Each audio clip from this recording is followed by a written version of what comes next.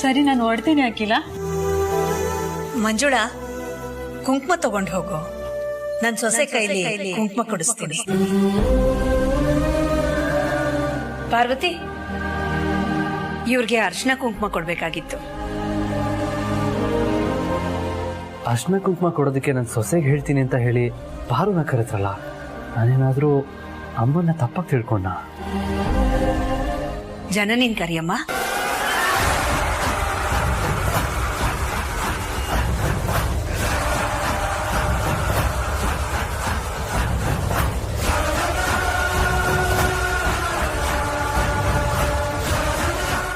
ಸರಿ ಅತ್ತಮ್ಮ. ನಿಂತ್ಕೋ ಪಾರು.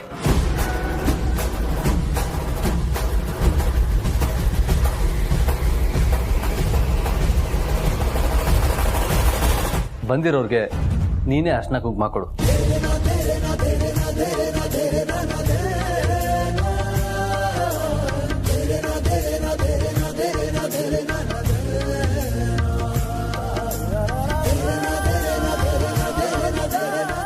ಅಲ್ಲ ಯಜಮಾನ್ರೆ, ಅದು ಅತ್ತೆಮ್ಮ ಜನನಿ. ಪಾರು, ಅಮ್ಮ ಹೇಳಿದ್ದೇನು?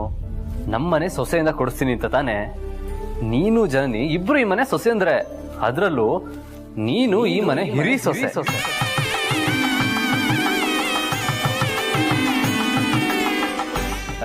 ನೀನ್ ಅರ್ಶಿನ ಕುಂಕುಮ ಕೊಡೋದ್ರಲ್ಲಿ ಏನು ತಪ್ಪಿಲ್ಲ. ಯಜಮಾನ್ರೆ, ಅತ್ತೆಮ್ಮ ಜನನಿಯವ್ರನ್ನ ಕರೆಯೋದಕ್ಕೆ ಹೇಳಿದ್ರು. ನೋಡು, ನೀನ್ ಇಲ್ಲೇ ಅಮ್ಮನ್ನ ತಪ್ಪಾಗಿ ಅರ್ಥ ಮಾಡ್ಕೊಂಡಿರೋದು. ಅಮ್ಮ ನೀನ್ ಈ ಮನೇಲಿ ಯಾವ ಕೆಲಸನೂ ಮಾಡ್ಬೇಡ, ನೀನ್ ರೆಸ್ಟ್ ಮಾಡು ಅಂತ ಅಂದಿದ್ದು ಈ ಮನೇಲಿ ನೀನು ಮಹಾರಾಣಿ ತರ ಇರ್ಬೇಕು ಅನ್ನೋ ಅರ್ಥದಲ್ಲಿ. ಎಲ್ಲಿ ನಿನ್ಗೆ ಆಯಾಸ ಆಗುತ್ತೋ ಅನ್ನೋ ಕಾಳಜಿಲಿ.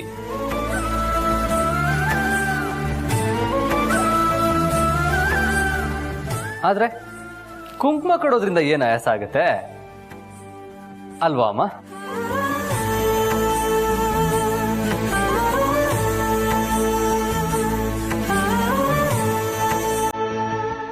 ಬರು, ಹೋಗು, ಅರ್ಶಿನ ಕುಂಕುಮ ತಗೊಂಬ.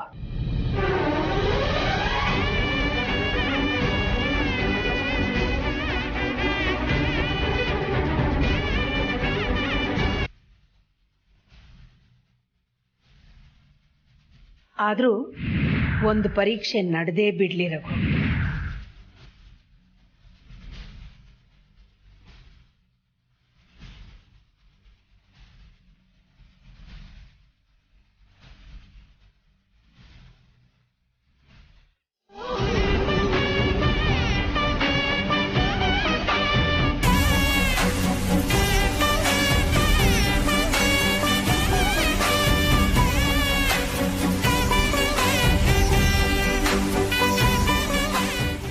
ಅಟ್ಟಿ, ನಮ್ಮಿಬ್ರಿಗೂ ಆಶೀರ್ವಾದ ಮಾಡಿ.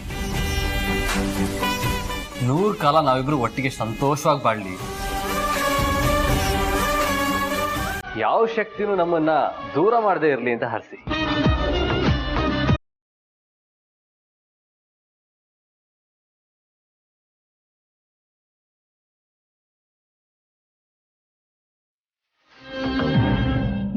ವರ್ಷ ಸುಖವಾಗಿ ಒಂದಾಗಿ.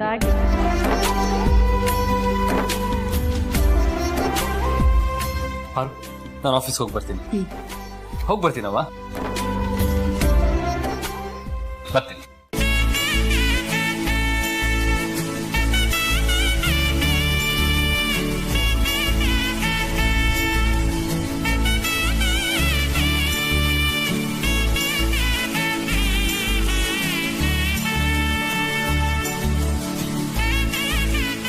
Thank you Manjula. ಪರವಾಗಿಲ್ಲ ಅಖಿಲ.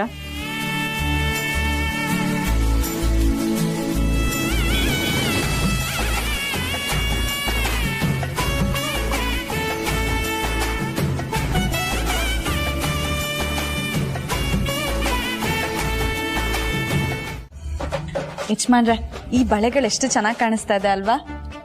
ಹೌದು ಪಾರು, ಇವಾಗ ಈ ಬಳೆಗಳಿಗೆ ಒಂದು ಅಂದ ಬಂತು ನೋಡಿ.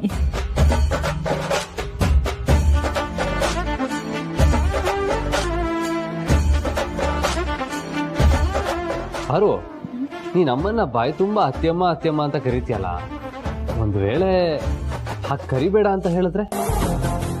ಛೆ, ಅವ್ರು ಯಾವತ್ತೂ ಹಾಗೆ ಹೇಳಲ್ಲ ಯಜಮಾನ್ರೆ. ಹಾಗೆ ಹೇಳದಿದ್ದಿದ್ರೆ ನಾನು ಅವ್ರನ್ನ ಅತ್ತೆಮ್ಮ ಅಂತ ಕರೆದಾಗ್ಲೇ ಹೇಳ್ತಿದ್ರಲ್ವಾ. ಹೌದಲ್ವಾ? ಹಾಗಾದ್ರೆ ಹಾಗೆ ಕರೆಯೋದು ಅವ್ರಿಗಿಷ್ಟ ಅಂತ ಆಯ್ತು. ಅವ್ರನ್ನ ಮನ್ಸಾರೆ ಅವ್ರ ಸೊಸೆ ಅಂತ ಒಪ್ಕೊಂಡಿರ್ಬೇಕು ಪಾರು. ಅದಕ್ಕೆ ನಿನಗೆ ಹಾಗೆ ಕರೆಯೋ ಸ್ವಾತಂತ್ರ್ಯ ಕೊಟ್ಟಿದ್ದಾರೆ. ಹಾಗಿದ್ಮೇಲೆ ನಮ್ಮನ್ನ ಯಾರಿಂದನೂ ದೂರ ಮಾಡೋದಕ್ಕಾಗಲ್ಲ ಬಿಡು. ಯಾರಾದ್ರೂ ನಾವು ಸದ್ಯದಲ್ಲೇ ದೂರ ಆಗ್ತೀವಿ ಅಂತ ಅನ್ಕೊಂಡಿದ್ರೆ ಅದು ಅವ್ರ ಭ್ರಮೆ.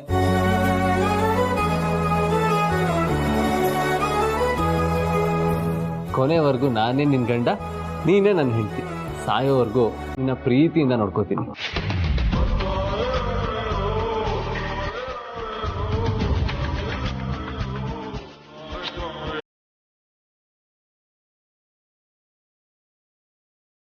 ಪಾರ್ವತಿ, ಬಳೆಗಳ ಹೊಸ್ತಾ? ತುಂಬಾ ಚೆನ್ನಾಗಿದೆ. ನಿನ್ ಕೈಗೆ ತುಂಬಾ ಚೆನ್ನಾಗಿ ಒಪ್ಪುತ್ತೆ. ಆದಿ, ನಿನ್ ಸೆಲೆಕ್ಷನ್ ಸೂಪರ್.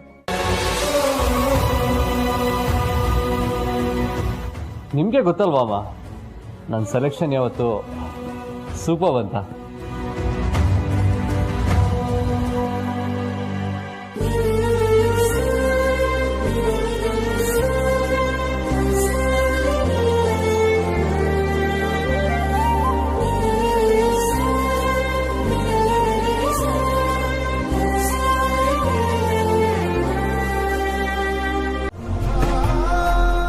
ಆದ್ರೆ ನಮಗ್ ಬೇಕಾಗಿರೋದು ಅದೇ ಅಲ್ವಾ? ನಾವ್ ಇದಕ್ಕೆಲ್ಲ ಬೇಜಾರು ಮಾಡ್ಕೊಳ್ಳೇಬಾರ್ದು, ಖುಷಿ ಪಡ್ಬೇಕು. ನಾನು ಅವನ ಹೆಂಡತಿ ಮೇಲೆ ಕೋಪ ಮಾಡ್ಕೊಂಡಷ್ಟು ಅವನಿಗೆ ಅವಳ ಮೇಲೆ ಪ್ರೀತಿ ಜಾಸ್ತಿ ಆಗುತ್ತೆ. ನಮಗೂ ಅದೇ ಬೇಕು ಅಲ್ವಾ? ಅವಳನ್ನ ನಾವು ನಿಷ್ಠುರವಾಗಿ ನಡೆಸ್ಕೊಂಡಷ್ಟು ಅವನಿಗೆ ಅವಳ ಮೇಲೆ ಪ್ರೀತಿ ಹೆಚ್ಚಾಗ್ತಾ ಹೋಗುತ್ತೆ. ಅದೇ ಅಲ್ವಾ ನಮ್ ಯೋಜನೆ ಎಲ್ಲ. ಇವತ್ತು ಅವನು ಆಡಿದ ಮಾತು ಬರೀ ಮಾತಾಗಿರ್ಲಿಲ್ಲ, ಚುಚ್ಚು ಮಾತಾಗಿದ್ದ.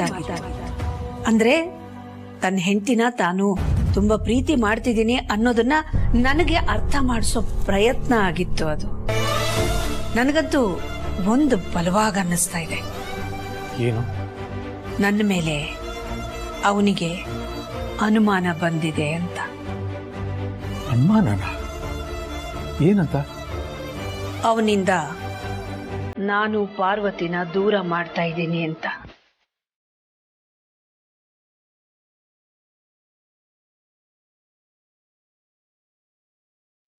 ಅದು ಹೇಗೆ ಅಷ್ಟು ಖಚಿತವಾಗಿ ಹೇಳ್ತೀಯಾ? ಗೊತ್ತಿಲ್ಲ, ಆದ್ರೆ ಒಳ ಮನಸ್ಸಿಗೆ ಅರ್ಥ ಆಗ್ತಿದೆ. ಯಾಕವನು ನನ್ನನ್ನ ಏನು ಕೇಳ್ತಿಲ್ಲ ಅಂತ ಅನ್ನಿಸ್ತಾ ಇದೆ. ಯಾಕೆ ನನ್ನ ಹೆಂಡತಿನ ಇಷ್ಟೊಂದು ನಿಷ್ಠುರವಾಗಿ ನಡೆಸ್ಕೋತಿದ್ದೀರಾ ಅಂತ ಅವ್ನು ನನ್ನನ್ನ ಕೇಳ್ತಿಲ್ವಲ್ಲ ಅನ್ನೋ ಪ್ರಶ್ನೆ ನನ್ನನ್ನ ಕಾಡ್ತಿದೆ ರಘು. ಪ್ರಶ್ನೆಗಳಿಗೆ ಬೇಗ ಉತ್ತರ ಸಿಕ್ಕಿದ್ರೆ ಒಳ್ಳೇದಾಗಿಲ್ಲ. ಬಾ, ಅವನ್ನೇ ಹೋಗಿ ನೇರವಾಗಿ ಕೇಳೋಣ. ಏನಂತ? ಉತ್ತರ ಕೊಡು ಅಂತನಾ? ಬೇಡ ರಘು, ಕೆಲವು ಪ್ರಶ್ನೆಗಳಿಗೆ ಉತ್ತರ ಸಿಗೋದ್ರಿಂದ ಸಂಬಂಧಗಳು ಹಾಳಾಗುತ್ತೆ. ಹಾಗಂತ ಮನಸ್ಸುಗಳನ್ನ ಹಾಳು ಮಾಡ್ಕೊಳಕ್ಕಾಗತ್ತಾ? ಏನಾಯ್ತು ಹೇಳು ಪ್ರೀತು? ನಾನು ತಪ್ಪು ಮಾಡಿದ್ದೀನಿ, ತಪ್ಪು ಅನ್ನೋ ಚಕ್ರವ್ಯೂಹದಲ್ಲಿ ಸಿಕ್ಕಾಕೊಂಡು ಒದ್ದಾಡ್ತಾ ಇದ್ದೀನಿ ಅಂತ ಹೇಗೆ ಹೇಳಿ? ಆಫೀಸಲ್ಲಿ ತುಂಬಾ ಕೆಲಸ ಇತ್ತಾ? ಹಾ, ಭಾವನ್ ಹೆಲ್ಪ್ ತಗೋ. ನಿನಗಿಂತ ಮೊದಲು ಅವರೇ CEO ಆಗಿದ್ದವರಲ್ವಾ? ಅವ್ರು ಯಾವತ್ತೂ ನಿನ್ ತರ ಟೆನ್ಷನ್ ಮಾಡ್ಕೊಂಡಿದ್ದವರೇ ಅಲ್ಲ. ಆಫೀಸಿಂದ ಮನೆಗೆ ಬಂದ ತಕ್ಷಣ ರಿಲ್ಯಾಕ್ಸ್ ಮೂಡಲ್ಲಿ ಇರ್ತಾ ಇದ್ರು. ನೀನ್ CEO ಆಗೋಕ್ಕೂ ಮೊದಲು ನನ್ನ ಜೊತೆ ಎಷ್ಟು ಖುಷಿಯಾಗಿ ರೊಮ್ಯಾಂಟಿಕ್ ಆಗಿ ಇರ್ತಾ ಇದ್ದೆ. ಆದ್ರೆ ಈಗ ಬೆಟ್ಟನೇ ನಿನ್ ತಲೆ ಮೇಲೆ ಹೊತ್ಕೊಂಡಿರೋ ಥರ ಇರ್ತೀಯ. ಏನೋ ಪ್ರಳಯನೇ ಆಗೋಯ್ತು ಅನ್ನೋ ಥರ ಬಿಹೇವ್ ಮಾಡ್ತಿರ್ತೀಯ. ನನ್ನ ಜೊತೆ ಗ್ಯಾಪ್ ಮೇಂಟೈನ್ ಮಾಡ್ತಿದ್ಯಾ. ಇತ್ತೀಚೆಗೆ ನಾವಿಬ್ರು ನಿಜವಾಗ್ಲೂ ಗಂಡ ಹೆಂಡ್ತಿನ ಅಂತ ಡೌಟ್ ಶುರು ಆಗ್ಬಿಟ್ಟಿದೆ ನಂಗೆ.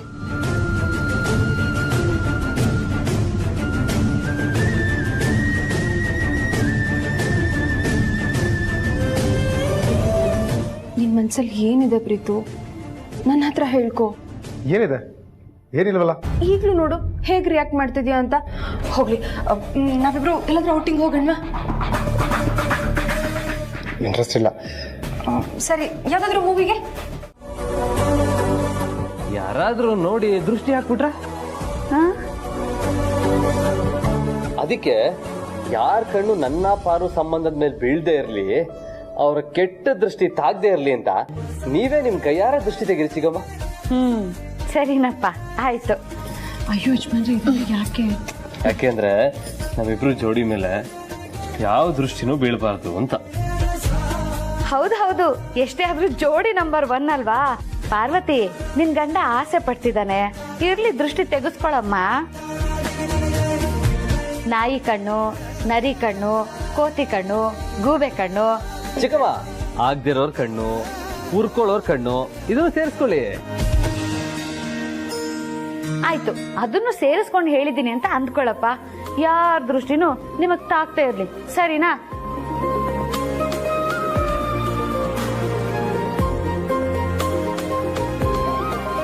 ತುತು ಮಾಡಿ. ಇದನ್ನ ಹೋಗಿ ಸುಟ್ಟು ನಿಮ್ಗೆ ಎಷ್ಟು ದೃಷ್ಟಿ ತಾಗಿದೆ ಅಂತ ನೋಡ್ಕೊಂಡ್ ಬರ್ತೀನಿ, ಸರಿನಾ? ಸರಿ ಚಿಕ್ಕಮ್ಮ. ಈ ಆದಿತ್ಯ ಗ್ಲೌಸ್ ತರ ಆಡ್ತಿದ್ದಾನೆ. ಅಮ್ಮ ಮಗ ಮಧ್ಯೆ ಏನೋ ನಡೀತಾ ಇದೆ. ಅಲ್ಲ, ಇತ್ತೀಚೆಗೆ ಅಖಿಲ ಪಾರ್ವತಿ ಮೇಲೆ ಸಾಫ್ಟ್ ಕಾರ್ನರ್ ತೋರಿಸ್ತಾ ಇದ್ದಾಳೆ. ಆದ್ರೆ ಆದಿ ನೋಡಿದ್ರೆ ಅವ್ರ ಅಮ್ಮಂಗೆ ಪಾರ್ವತಿ ಕಂಡ್ರೆ ಆಗಲ್ಲ ಅನ್ನೋ ತರ ಬಿಹೇವ್ ಮಾಡ್ತಿದ್ದಾನೆ. ನನಗೆ ಅನ್ನಿಸ್ತಾ ಇರೋದ್ ಸುಳ್ಳ ಅಥವಾ ಅಲ್ಲಿ ನಡೀತಿರೋದ್ ನಿಜಾನೋ ನನಗಂತೂ ಒಂದು ಅರ್ಥ ಆಗ್ತಿಲ್ಲ. ಆರು, ಅದಿವತ್ತಲ್ಲ ನಾಳೆ ಗೊತ್ತಾಗತ್ತೆ. ಅದಕ್ಕೂ ಮುಂಚೆ ನಾವು ಟೆಂಡರ್ ಬಗ್ಗೆ ತಿಳ್ಕೋಬೇಕು. ಅದ್ರ ರಿಸಲ್ಟ್ ಇವತ್ತೇ ಅಲ್ವಾ? ಇಷ್ಟೊತ್ತಾಗಲೇ ಅಖಿಲಂಗ್ ರಿಸಲ್ಟ್ ಗೊತ್ತಾಗಿರ್ಬೇಕಲ್ಲ.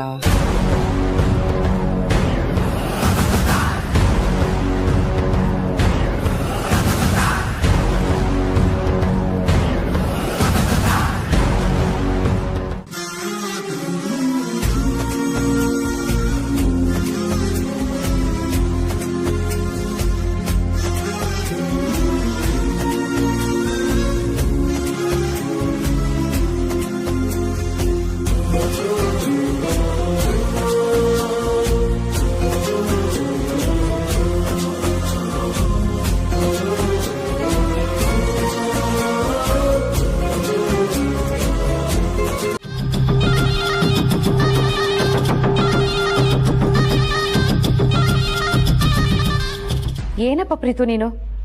ಅಕ್ಕ ನಮಗೆಲ್ಲ ಕೇಳಿಸೋ ತರ ಪ್ರೀತು ಪ್ರೀತು ಅಂತ ಕೂಕೊಂಡ್ ಬರ್ತಾ ಇದಾರೆ. ನೀನು ಕೇಳ್ಸೇ ಇಲ್ವೇನೋ ಅನ್ನೋ ಹಾಗೆ ಕೂತ್ಕೊಂಡೇ ಇದೆಯಲ್ಲ.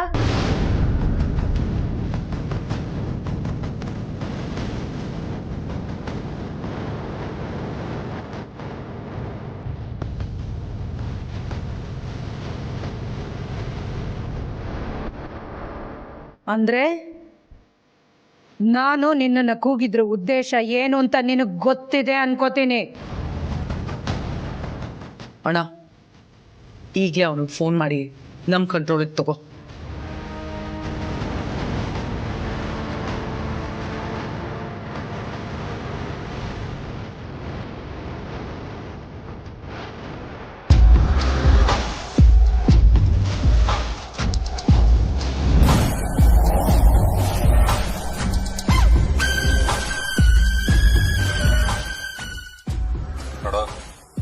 ಸೈಲೆಂಟ್ ಆಗಿರು, ನೀನೇನು ಮಾತಾಡಬೇಡ.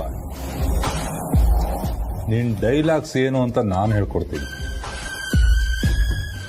ಹೌದು ಮಾಮ್, ಗೊತ್ತು.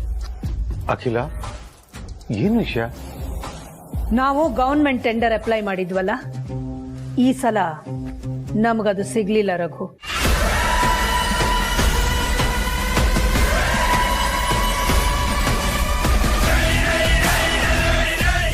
ಹೌದಾ?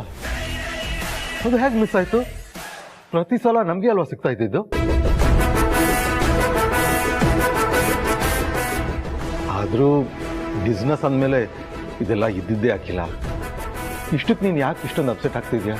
ನಾನು ಅಪ್ಸೆಟ್ ಆಗಿರೋದು ಟೆಂಡರ್ ಕೈ ತಪ್ಪಿ ಹೋಗಿರೋ ಕಾರಣಕ್ಕೆ.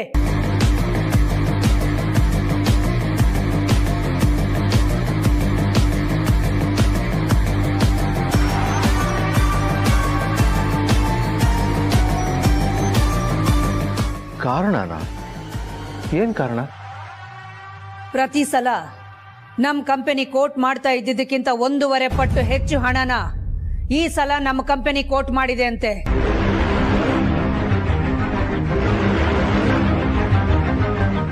ಅದೇ ಬೇರೆ ಕಂಪನಿಗಳು ಅದಕ್ಕಿಂತ ಎಷ್ಟೋ ಕಡಿಮೆ ಹಣನ ಕೋಟ್ ಮಾಡಿವೆ.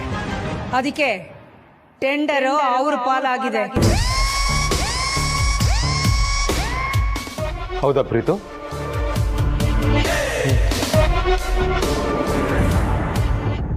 ಪ್ರೀತು ಯಾಕೆ ಈ ರೀತಿ ಮಾಡ್ತೆ? ಅಮ್ಮ ನಿನ್ ಮೇಲೆ ನಂಬಿಕೆ ಇಟ್ಟು ತಾನೇ ಈ ಪ್ರಾಜೆಕ್ಟ್ ಜವಾಬ್ದಾರಿ ಕೊಟ್ಟಿದ್ದು. ನಿಭಾಯಿಸೋ ಶಕ್ತಿ ಇನ್ನೂ ಬಂದಿಲ್ಲ. ಅವನು ಇನ್ನೂ ಪಳಗಬೇಕು, ಕೆಲಸ ಇನ್ನೂ ಕಲಿಬೇಕು. ಇಲ್ಲ ಅಂದ್ರೆ ಕುಡುಕನ ಮುಂದೆ ಹೆಂಡ ಇಟ್ಟ ಹಾಗಾಗುತ್ತೆ. ದುಡ್ಡಿನ ವ್ಯಾಮೋಹ ಶುರು ಆಗಿರೋ ಪ್ರೀತುನ CEO ಆಗಿ ಕಂಟಿನ್ಯೂ ಮಾಡಿದ್ರೆ ಅವನಿಗೆ ದುಡ್ಡಿನ ವ್ಯಾಮೋಹ ಹೆಚ್ಚಾಗುತ್ತೆ ವಿನಃ ಕಡಿಮೆ ಆಗಲ್ಲ.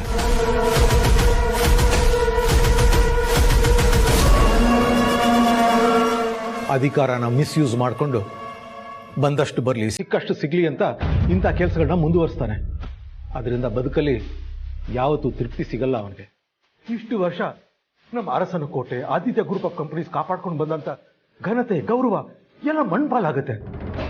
ಹಾಗಾಗ್ಬಾರ್ದು ಅಖಿಲ. ಅಖಿಲ, ಈಗ ನೀನು ಮಾಡಬೇಕಾಗಿರೋದು ಈ ಎಲ್ಲ ವಿಚಾರಗಳನ್ನ ತಲೆಯಲ್ಲಿಟ್ಕೊಂಡು ಪ್ರೀತು ವಿಷಯದಲ್ಲಿ ಒಂದು ಒಳ್ಳೆ ನಿರ್ಧಾರ ತಗೋಬೇಕು.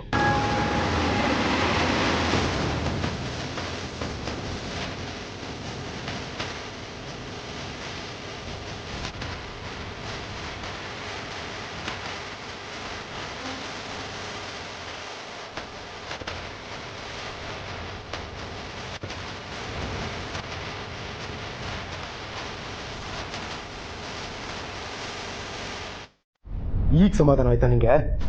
ಹಾಲು ಕುಡಿದಷ್ಟು ಸಮಾಧಾನ ಆಯ್ತು. ಆದ್ರೆ ನೀನ್ ಮಾತ್ರ ಹಾಲು ಕುಡಿದ ಮೇಲೆ ಕಂಟ್ರೋಲ್ ತಪ್ತಾರಲ್ಲ, ಹಾಗೆ ಮಾತಾಡ್ತಾ ಇದೀಯಾ ನೋಡೋ.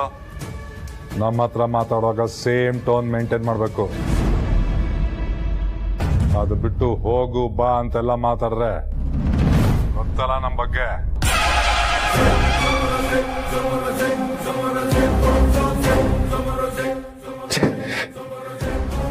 ನನ್ನ CEO ಆಗ್ಲೇ ಬರ್ದಾಗಿತ್ತು, ಇದೆಲ್ಲ ಆಗ್ತಾನೆ ಇರಲಿಲ್ಲ. ಈಗ ಏನ್ ಮಾಡ್ಲಿ?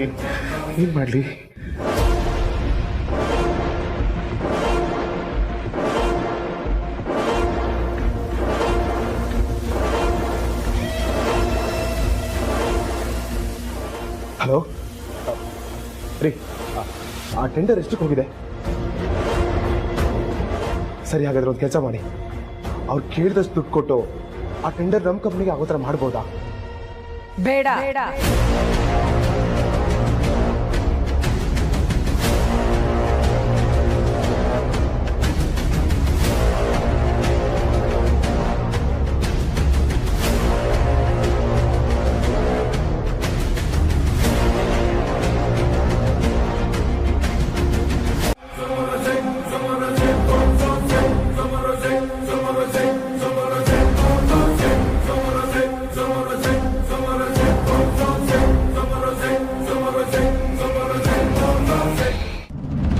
ನನಗಿಂತ ಮುಂಚೆ ಕಂಪನಿ CEO ನೀನ್ ತಾನೇ ಆಗಿತ್ತು. ನಿನ್ನ ಆ ಪೋಸ್ಟಿಂದ ಇಳಿಸಿ ಆ ಪೋಸ್ಟ್ ನನಗೆ ಯಾಕೆ ಕೊಟ್ರೆ?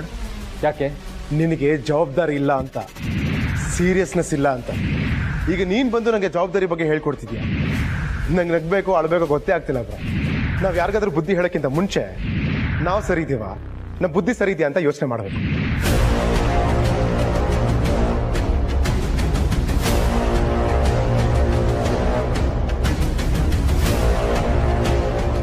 ಯಜಮಾನ್ರೆ, ನಿಮ್ಮ ತಮ್ಮ ಆ ರೀತಿ ಮಾತಾಡಿದ್ರು ಅಂತ ಬೇಜಾರಾಗ್ತಾ ಇದೆಯಾ? ನನಗೆ ಹಾಗೆ ಹೇಳಿಲ್ಲ ಅಂತ ನನಗೆ ಬೇಜಾರಿಲ್ಲ ಪಾರು. ಆದರೆ ಅಮ್ಮನ ಹತ್ರ ಹಾಗೆ ನಡ್ಕೊಂಡಲ್ಲ ಅಂತ ತುಂಬ ಬೇಜಾರಾಗ್ತಾ ಇದೆ. ಪಾಪ ಅವ್ನ ನಡವಳಿಕೆಯಿಂದ ಅಮ್ಮಂಗೆ ಎಷ್ಟು ಬೇಜಾರಾಗಿದೆ ಗೊತ್ತಾ? ಹೌದು ಯಜಮಾನ್ರೆ, ನನಗೂ ತುಂಬ ಬೇಜಾರಾಗ್ತಾ ಇದೆ. ಅಲ್ಲ, ಅವರು ಆಫೀಸಲ್ಲಿ ಹೇಗಿರ್ತಾರೆ? ಅಲ್ಲೂ ಹೀಗೇನೆ, ಎಲ್ಲೋ ಹೋಗ್ತಾನೆ, ಯಾವಾಗೋ ಬರ್ತಾನೆ, ಕರೆಕ್ಟಾಗಿ ಮೀಟಿಂಗ್ ಅಟೆಂಡ್ ಆಗಲ್ಲ. ಒಟ್ಟಲ್ಲಿ ಅವನಿಗೆ ಕೆಲಸದಲ್ಲಿ ಇಂಟ್ರೆಸ್ಟೇ ಇಲ್ಲದ ಹಾಗಾಗಿದೆ. ಮತ್ತೆ ಇದನ್ನೆಲ್ಲ ನೀವು ಯಾಕೆ ಮೊದಲೇ ಅತ್ತೆ ಅಮ್ಮಂಗೆ ಹೇಳಲಿಲ್ಲ? ಅಪ್ಪ ಅಮ್ಮಂಗೆ ಈ ವಿಷಯ ಹೇಳಿದ್ರೆ ಅವ್ರು ಸುಮ್ಮನೆ ಟೆನ್ಷನ್ ಆಗ್ತಾರೆ. ನಿನಗಾಗಲಿ ಜನನಿಗಾಗಲಿ ಈ ವಿಷಯ ಹೇಳಿದ್ರೆ ಪಾಪ ನೀವಾದರೂ ಏನು ಮಾಡ್ತೀರಾ? ಹಾಗಂತ ಸುಮ್ಮನೆ ಇದ್ರೆ ನಾಳೆ ಏನಾದರೂ ದೊಡ್ಡ ಅನಾಹುತ ಆದ್ರೆ ಏನು ಮಾಡೋದು ಯಜಮಾನ್ರೆ? ಹಾಗಾಗೋದಕ್ಕೆ ನಾನು ಬಿಡಲ್ಲ. ಅಲ್ಲ ಯಜಮಾನ್ರೆ, ನನ್ನ ಮೈದ್ನನ್ನ ಎಷ್ಟು ವರ್ಷದಿಂದ ನೋಡ್ತಾ ಇದ್ದೀನಿ. ಅವರು ನಕ್ಕೊಂಡು ಎಲ್ಲರನ್ನೂ ನಗಿಸ್ಕೊಂಡಿದ್ರು. ಆದ್ರೆ ಈಗ ಎಲ್ರಿಗೂ ನೋವು ಕೊಡ್ತಾ ಇದ್ದಾರೆ. ಈ ಥರ ನಡ್ಕೋತಿದ್ದಾರೆ ಅಂದರೆ ಏನು ಹೇಳಬೇಕು ಗೊತ್ತಾಗ್ತಾ ಇಲ್ಲ. ಅದನ್ನು ಅವನಿಗೆ ಹೇಳಿದ್ರು ಕೇಳ್ತಾ ಇಲ್ವಲ್ಲ. ನಾವೆಲ್ಲ ನೋವು ಪಡ್ತಾ ಇದ್ದೀವಿ. ಇದೆಲ್ಲ ಅವನಿಗೆ ಗೊತ್ತಿದ್ದು ಹೀಗೆ ಮಾಡ್ತಾ ಇದ್ದಾನೆ. ಯಜಮಾನ್ರೆ, ನನ್ಗೆ ಯಾಕೋ ಇದು ಅವ್ರಾಗವ್ರೆ ಮಾಡ್ತಿದ್ದಾರೆ ಅಂತ ಅನ್ನಿಸ್ತಿಲ್ಲ. ಅವ್ರ ಹಿಂದೆ ಇದ್ದು ಯಾರೋ ಅವ್ರಿಗೆ ಇದನ್ನೆಲ್ಲ ಹೇಳಿ ಮಾಡಿಸ್ತಿದ್ದಾರೆ ಅಂತ ಅನಿಸ್ತಾ ಇದೆ.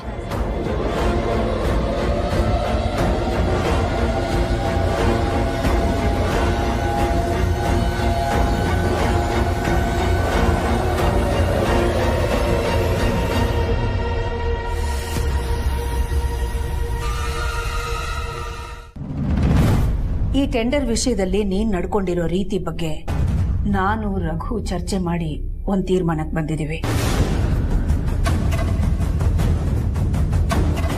ಅದನ್ನ ನಿನ್ ಜೊತೆನೂ ಚರ್ಚೆ ಮಾಡಿ ನಿನಗೂ ನನಗೆ ಈಗ ಮಾತಾಡೋ ಟೈಮ್ ಇಲ್ಲ. ಮತ್ ಯಾಕೆ ಈ ರೀತಿ ಆಡ್ತಿದ್ದಾರೆ? ಯಾರ ಮಾತು ಕೇಳ್ತಿಲ್ವಲ್ಲ. ಮನೆಯವ್ರ ಮಾತನ್ನ ಕೇಳ್ತಾ ಇರೋನು ಹೊರಗಿನವ್ರ ಮಾತನ್ನ ಕೇಳ್ತಾನ?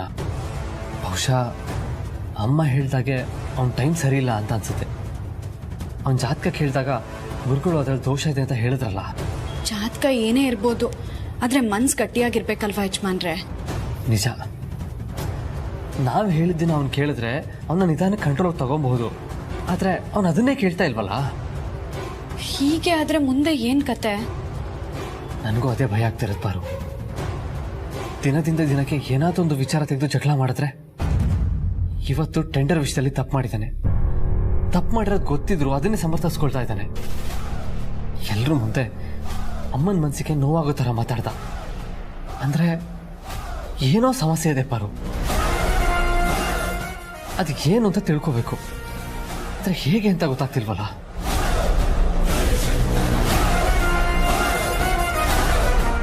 ಹೇಳಿಮ್ಮ, ಪಾರು ನನ್ನಿಂದ ದೂರ ಮಾಡಬೇಕು, ನನಗೆ ಎರಡನೇ ಮದುವೆ ಮಾಡಬೇಕು ಅಂತ ತಾನೆ ನೀವು ನನ್ನ ಮತ್ತೆ ಸಿಇಒ ಮಾಡ್ತಾ ಇರೋದು?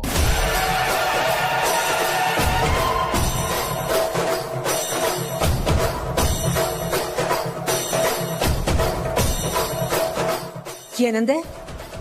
ನಾನು ನಿನಗೆ ಎರಡನೇ ಮದುವೆ ಮಾಡಿಸ್ತಿದ್ದೀನ? ಯಾರು ಹೇಳಿದ್ದು?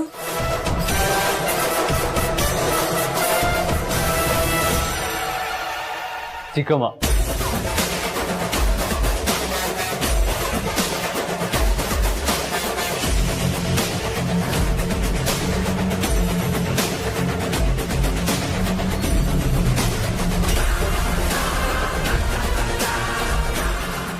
ಅತಿ ಶೀಘ್ರದಲ್ಲೇ ನಿನಗೆ ಎರಡನೇ ಮದ್ವೆ ಯೋಗ ಇದೆ ಕಣಪ್ಪ.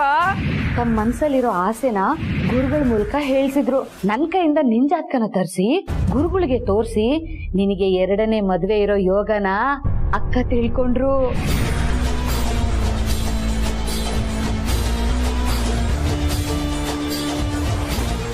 ದಾಮಿನಿನ? ಹೌದು, ಗುರುಗಳು ನಮ್ಮ ಮನೆಗೆ ಬಂದಾಗ ನನಗೆ ಎರಡನೇ ಮದುವೆ ಮಾಡಬೇಕು ಅನ್ನೋ ಉದ್ದೇಶದಿಂದ ತಾನೆ ನೀವು ಅವ್ರಿಗೆ ಜಾತಕ ತೋರಿಸಿದ್ದು.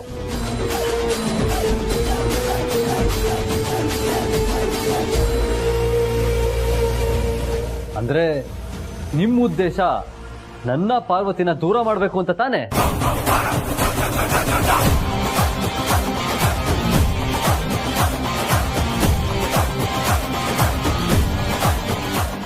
ಊರಿಗೆಲ್ಲ ನ್ಯಾಯ ಹೇಳೋರು ತನ್ನ ಮಗ ಸೊಸೆಗೆ ಅನ್ಯಾಯ ಮಾಡೋದಕ್ಕೆ ಹೊರಟಿದ್ದೀರಲ್ಲ. ಒಂದು ಹೆಣ್ಣಿಗೆ ಅನ್ಯಾಯ ಮಾಡಿ ಇನ್ನೊಂದು ಹೆಣ್ಣಿನ ಜೀವನ ಬೆಳಗೋದು ಸರಿನಾ? ವಿಷಯ ಏನು ಅಂತ ಸರಿಯಾಗಿ ತಿಳ್ಕೊಳ್ಳದೆ ಬಾಯಿಗೆ ಬಂದ ಹಾಗೆ ಮಾತಾಡ್ಬೇಡ.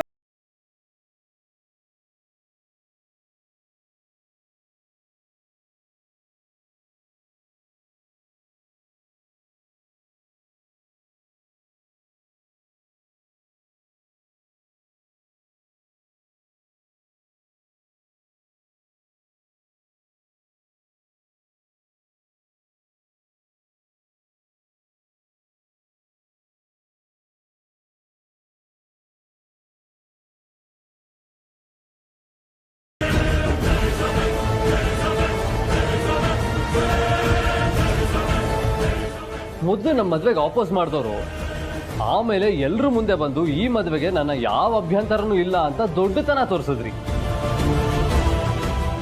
ಅದೇ ನಮ್ಮ ಮದ್ವೆ ನಿಮ್ಗೆ ದೊಡ್ಡ ಈಗೋ ಹರ್ಟ್ ಮಾಡ್ತು. ಅದೇ ಕಾರಣಕ್ಕೆ ನಮ್ಮ ಒಟ್ಟಿಗೆ ಇರಕ್ಕಾಗಲ್ಲ ಅಂತ ಮನೆ ಬಿಟ್ಟು ಹೋಗೋ ಪ್ರಯತ್ನ ಮಾಡಿದ್ರಿ. ಅದು ಆಗ್ಲಿಲ್ಲ. ಆಮೇಲೆ ಮನೆಯಲ್ಲೇ ಇದ್ರಿ. ಇದ್ರೂ ಸೊಸೆನ ಸೊಸೆ ತರ ಕಾಣ್ಲಿಲ್ಲ. ಇದನ್ನೆಲ್ಲ ನೋಡಿ ನನಗೂ ಪಾರ್ವತಿಗೂ ಸಾಕಾಗೋಯ್ತು.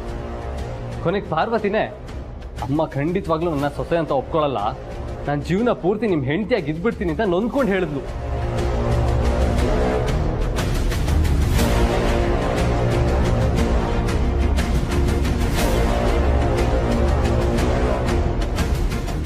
ಅಷ್ಟರಲ್ಲಿ ನೋಡಿದ್ರೆ ಇದ್ಕಿದಾಗೆ ನಿಮ್ಮ ವರ್ತನೆಯಲ್ಲಿ ಬದಲಾವಣೆ ಅನ್ನೋ ಗಾಳಿ ಬೀಸಕ್ಕೆ ಶುರು ಆಯ್ತು. ಪಾರ್ವತಿನ ಎಲ್ರ ಮುಂದೆ ಕರೆಸಿ ಸೀರೆ ಒಡವೆ ಕೊಡೋದೇನು, ಅವಳಿಗೆ ಜಡೆ ಹಾಕೋದೇನು, ಊಟಕ್ಕೆ ಪಕ್ಕದಲ್ಲೇ ಕೂರಿಸ್ಕೊಂಡು ಉಪಚಾರ ಮಾಡೋದೇನು.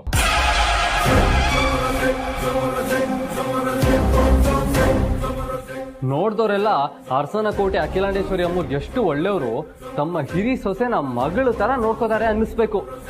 ಆ ತರ ಟ್ರೀಟ್ ಮಾಡಿದ್ರಿ. ಆದ್ರೆ ಒಳಗೊಳಗೆ ಸೈಲೆಂಟ್ ಆಗಿ ಮಗಂಗೆ ಇನ್ನೊಂದು ಮದ್ವೆ ಮಾಡುವಂತ ಕೆಟ್ಟ ಯೋಚನೆ. ಅಬ್ಬಬ್ಬಬ್ಬಬ್ಬ, ಡಿಯಲ್ ರೋಲ್ ಪರ್ಫಾರ್ಮೆನ್ಸ್ ನ ಸಕ್ಕತ್ತಾಗಿ ಮೇಂಟೈನ್ ಮಾಡಿದ್ರಿ. ಆಕ್ಟಿಂಗ್ ನ ನಿಮ್ಮ ಹತ್ರ ಕಲಿಬೇಕಮ್ಮ. ಸೂಪರ್.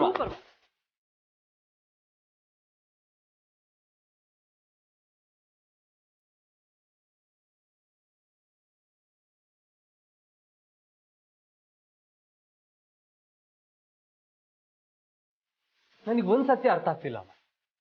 ನಾನು ನಿಮ್ಮ ಕಥಾನೆ, ನನ್ನ ಮೇಲೆ ಹರಿತಾ ಇರೋದು ನಿಮ್ದೇ ರಕ್ತ ಅಲ್ವಾ? ನಾನು ಮದುವೆ ಆಗಿರೋದು ಒಬ್ಬಳ್ಳೆ, ಜೀವನ ಪೂರ್ತಿ ಅವಳ ಜೊತೆನೆ ಬಾಳ್ತೀನಿ ಅಂತ ಗೊತ್ತಿದ್ದು ನೀವತ್ ಹೇಗೆ ನನಗೆ ಎರಡನೇ ಮದುವೆ ಮಾಡೋದ್ರ ಬಗ್ಗೆ ಯೋಚನೆ ಮಾಡಿದ್ರಿ? ಅಲ್ಲ, ಅದಕ್ಕೆ ನಾನು ಒಪ್ತೀನಿ ಅಂತ ನೀವ್ ಹೇಗೆ ಅನ್ಕೊಂಡ್ರಿ?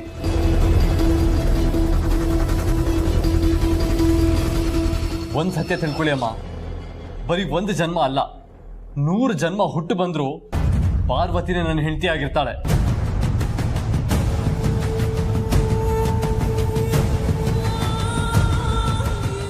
ಹಾಗಾದ್ರೆ ಎಂಥ ಸಂದರ್ಭ ಬಂದ್ರು ನೀನ್ ಎರಡನೇ ಮದ್ವೆ ಆಗಲ್ವಾ? ಅಷ್ಟು ಶಕ್ತಿ ಇದೆಯಾ ನಿನ್ನ ಪ್ರೀತಿಗೆ? ನೀವೇ ನನಗೆ ಈ ಮಾತನ್ನ ಕೇಳ್ತಾ ಇದ್ದೀರಿ ಅಂದ್ರೆ ನೀವ್ ನನಗೆ ಎರಡನೇ ಮದುವೆ ಮಾಡಿಸೋ ಯೋಚನೆ ಮಾಡ್ತಿದ್ರಿ ಅನ್ನೋದು ನಿಜ ಆಯ್ತು. ಪಾರ್ವತಿ ಕಂಡ್ರೆ ಆಗಲ್ಲ ಅನ್ನೋದು ಕನ್ಫರ್ಮ್ ಆಯ್ತು.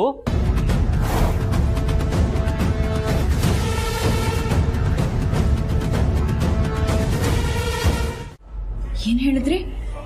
ಅತ್ತೆ ಅಮ್ಮ ಆಫೀಸಲ್ಲಿ ನಿಮಗೆ ಮೊದ್ಲಿನ ಸ್ಥಾನ ಕೊಡ್ತಾ ಇದ್ದಾರಾ? ನೀವು ಒಪ್ಕೊಂಡ್ರಾ? ಒಪ್ಕೊಂಡೆ. ಅಲ್ಲ, ನಿಮ್ ತಮ್ಮಂಗಿದ್ರಿಂದ ಬೇಜಾರಾಗಲ್ವಾ? ಅಮ್ಮ ಅವನ ಹತ್ರ ಮಾತಾಡಕ್ ಹೋಗಿದ್ರಂತೆ, ಆದ್ರೆ ಅವ್ರ ಮಾತು ಕೇಳೋ ಪೇಷನ್ಸ್ ಅವನಿಗಿರ್ಲಿಲ್ಲ ಅಂತ ಹೇಳಿದ್ರು. ಅಷ್ಟಕ್ಕೂ ಆ ಜವಾಬ್ದಾರಿ ಅವನು ನಿಭಾಯಿಸಕ್ ಆಗ್ತಿಲ್ಲ ಅಂತ ನನಗೆ ಕೊಡ್ತಾ ಇದ್ದಾರೆ. ಅದೇನೋ ಸರಿ, ಆದ್ರೆ ಈ ವಿಷಯ ಅವ್ರಿಗೆ ಗೊತ್ತಾದ್ರೆ ಅವ್ರಿಗೆ ಎಷ್ಟು ಬೇಜಾರಾಗುತ್ತೋ ಏನೋ.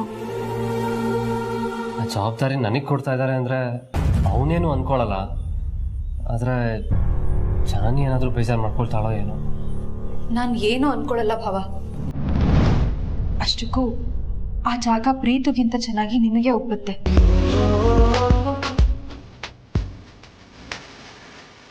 ಇದಕ್ಕೂ ಮುಂಚೆ ಆ ಸ್ಥಾನನ ನಿಮ್ಮಿಂದ ಕಿತ್ತು ಪ್ರೀತಿ ಕೊಟ್ಟಾಗ ನನಗೆ ಖುಷಿಯಾಗಿದ್ದಂತೂ ನಿಜ.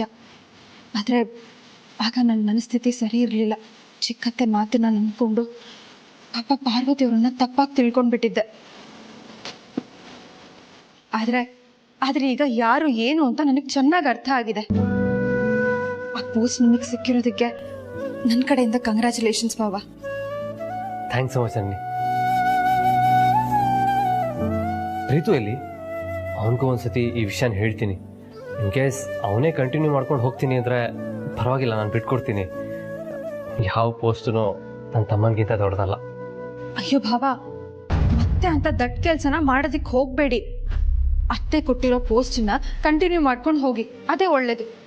ಪಾರ್ವತಿ ಅವರೇ, ಆ CEO ಸ್ಥಾನನ ಮತ್ತೆ ಭಾವಂಗೆ ಯಾಕೆ ಕೊಟ್ಟಿದ್ದಾರೆ ಹೇಳಿ?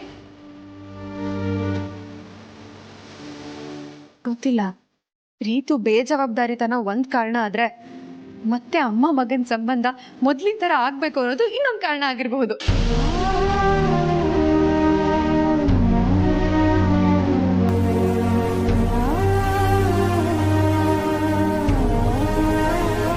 ಬೇಕಾದ್ರೆ ಚಾಲೆಂಜ್ ಮಾಡ್ತೀನಿ. ಅದನ್ನ ನಿಮ್ಗೆ ಹಾಕ್ತಿರೋ ಸವಾಲ್ ಅಂತ ಬೇಕಾದ್ರೂ ತಿಳ್ಕೊಳ್ಳಿ.